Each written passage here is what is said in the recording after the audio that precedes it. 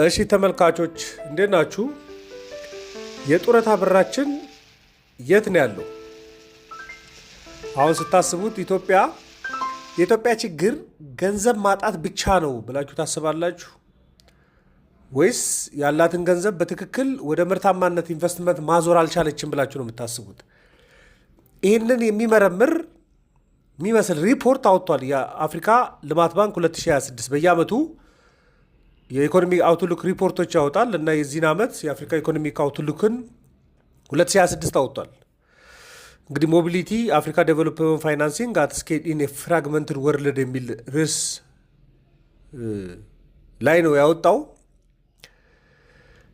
እና የኢትዮጵያ ኢኮኖሚ የፋይናንስ ችግሩን ለመፍታት የሚያስብ ከሆነ የጡረታ ገንዘቦችን እንዴት እየተጠቀመ ነው፣ ፕሮፐርሊ እየተጠቀመ ነው ወይ የሚል ሀሳብ ያለበት የ258 ገጽ ሪፖርት አውጥቷል። የሪፖርቱን ሀሳብ ልነግራችሁ ፈልጌያለሁ።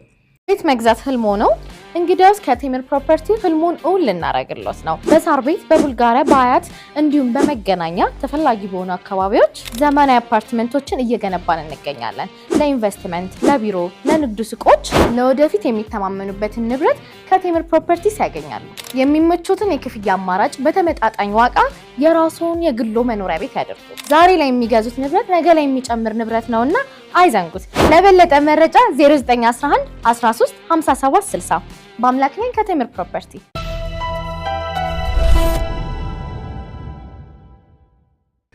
እንግዲህ ያው የአፍሪካ ልማት ባንክ በጠቅላላ ሲመለከት የአፍሪካ ጂዲፒ በጣም እያደገ መሆኑን ያምናል። በ4.2 በመቶ ያድጋል ብሎ እየጠበቀ ነው። እንደውም በ2026 ከ5 ከመቶ በላይ እንኳን የሚያድጉ ሀገራት ከጠቅላላው ወደ 19 ሀገራት ከ5 ከመቶ በላይ ያድጋሉ 2026 ላይ አሁን ሲጠናቀቅ ማለት ነው። 2027 ደግሞ ወደ 21 ሀገራት በ5 ከመቶ በላይ ያድጋሉ። ስለዚህ የአፍሪካ ኢኮኖሚ ጥሩ እንደሆነ ያምናል። ግን አንድ መፈተሽ የሚፈልገው ደግሞ ሀሳብ አለው። የአፍሪካ የልማት ፋይናንስ ችግር ወይ ደግሞ ክፍተት ለመሙላት አፍሪካኖች መጠቀም ያለባቸው የውስጥ ካፒታል መጠናቸውን ነው። በቃ በውስጥ ያላቸውን ካፒታል በተሻለ ሁኔታ ማንቀሳቀስ አለባቸው። ምክንያቱም የአፍሪካ ኢኮኖሚ ዋና ችግር የገንዘብ እጥረት አይደለም። ግን ሀገራት አፍሪካ ውስጥ ያሉ ሀገራት ኢትዮጵያንም ጨምሮ ያላቸውን ቁጠባ እንዴት ወደ ረጅም የሆነ ኢንቨስትመንት መለወጥ እሱ ላይ መቸገር ነው ያለባቸው የሚል ሀሳብ ያለበት ነው እና ስለዚህ ብዙ ሀገራት ኢትዮጵያንም ጨምሮ በጣም ትልልቅ የጡረታ ፈንድ አማውንቶች አሏቸው። የጡረታ ፈንድ ማለት ምን ማለት ነው? ኢትዮጵያ ውስጥ እንደምታውቁት የመንግስት ሰራተኛም ሆነ የግል ሰራተኛ በየወሩ ከደሞዙ ላይ ለጡረታ መዋጮ ያደርጋል። ለምሳሌ ሰራተኛው ከየደሞዙ ላይ 7 በመቶ ለጡረታ ያዋጣል፣ ይቀመጣል። ጡረታ ሲወጣ የሚጠቀምበት ማለት ነው።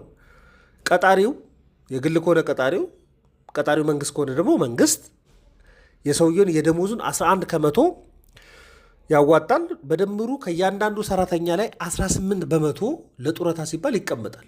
ጡረታ ማለት የረጅም ጊዜ ነው። አንድ ተቀጣሪ የጡረታ መዋጮ እያዋጣ ምናልባት 25 ዓመትና ከዛ በላይ ማገልገል አለበት የጡረታውን ገንዘብ ለመጠቀም። በሚሊዮን የሚቆጠሩ ሰራተኞች ላይ ሲሰበሰብ አስቡት፣ በጣም ብዙ በመቶ ቢሊዮኖች ብር ነው የጡረታ ዋስትና። የኢንሹራንስ ገንዘቦች አሉ። አደጋ ሲደርስብኝ ተብለው በአድቫንስ የሚቀመጡ የጡረታ ገንዘቦች አሉ። እነዚህ በተለይ የጡረታ ፈንድን ወደ ኢኮኖሚ አቅምነት መለወጥ ያስፈልጋል። እሱ ላይ ያሉ ችግሮችን እንዳስተዋለ ነው የሚናገረው። ግን በዋናነት ይሄ የጡረታ ፈንድ ገንዘብ የሚውለው በቃ የመንግስትን የግምጃ ቤት ሰነድ ለመግዛት በባንክ እየተቆጠበ ነው የሚቀመጠው። በቃ ትንሽ በርተዋል። ለምሳሌ ወደ 70 በመቶ የሚሆነው የመንግስት የግምጃ ቤት ሰነድ ሊሆን ይችላል የሚገዛበት።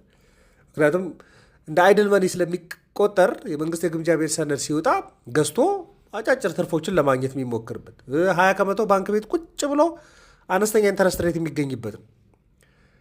አንዳንዴ አሴት ለመፍጠር 10 በመቶ ሊሆን ይችላል የሚከፋፈለው። ግን ይሄ በሙሉ ከፍተኛ ገንዘብ ወደ መንግስት በሄደ ቁጥር ለመንግስት የካፒታል ሶርስ ሊሆነው ይችላል። በቃ መንግስት የግምጃ ቤት ሰነድ በቀላሉ ከጡረታ ዋስትና ይወስዳል፣ እነሱ ይገዙታል። ግን የግል ሴክተሩስ በቃ የግል ሴክተሩ ድርሻ እንዲያንስ ያደርጋል። ደግሞ መንግስትም መሰረታዊ ለሚባሉ የመሰረተ ልማት አገልግሎቶች ይህን ገንዘብ መጠቀም አለበት።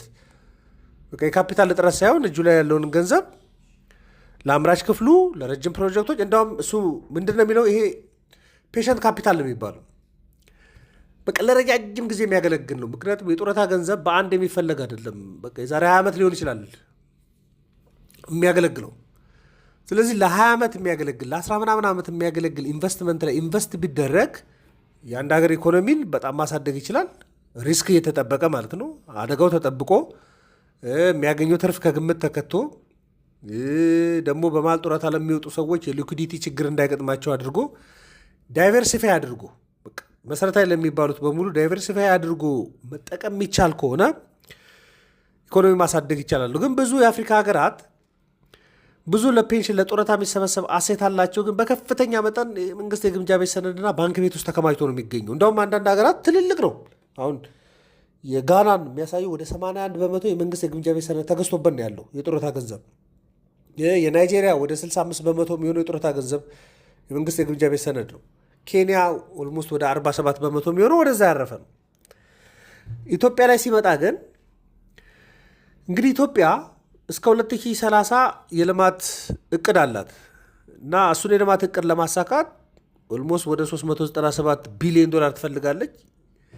የሰስቴናብል ዴቨሎፕመንት ጎሏን ደግሞ ለማሳካት እስከ 608 ቢሊዮን ዶላር ትፈልጋለች እስከ 2030 ያለውን እንኳን ብንመለከት በጣም ብዙ ኢትዮጵያስ ብቻ አይደለም ብዙ የተከማቸ ያለው ግን የጡረታ ዋስትና ሌሎችም ሀገራት ላይ በጣም ብዙ እንደውም በአፍሪካ እሱ የሚለው ምንድን ነው አሁን እንኳን 2023 እንኳን እስካለው መረጃ ከ485 ቢሊዮን ዶላር በላይ የሚሆን የጡረታ ፈንድ አለ። 2050 ላይ የስድስት ሀገራት ብቻ ከ7 ትሪሊዮን ዶላር ሊበልጥ እንደሚችል ያስባል። እና ኢትዮጵያ እስከ 2030 በጣም ከፍተኛ ፋይናንስ ትፈልጋለች። የሰስተናብል ዴቨሎፕመንት ጎሏን ለማሳካት እስከ 608 ቢሊዮን ዶላር ትፈልጋለች። ይሄን የጡረታ ገንዘብ ብቸኛ ምንጭ እንኳን ባይሆን እንደ ዋና ምንጭ እንደ አንድ ምንጭ አድርጎ መጠቀም ይገባዋል ነው የሚለው። እስካሁንም የነበረው አሰራር በተወሰነ መልኩ እንደዚህ አይነት ባህሪ የለውም። ግን አሁን የጡረታ ፈንድ ገንዘብን መጠቀም ይገባታል። ግን መንግስት ብቻ መጠቀም የለበትም ነው። እስካሁን የነበረው አሰራር መንግስት ነው በዋናነት የሚጠቀሙ። ለመንግስት እንደ ፋይናንስ ምንጭ ሆኖ ያገለግላል። ነገር ግን የግል ሴክተሩ ድርሻስ?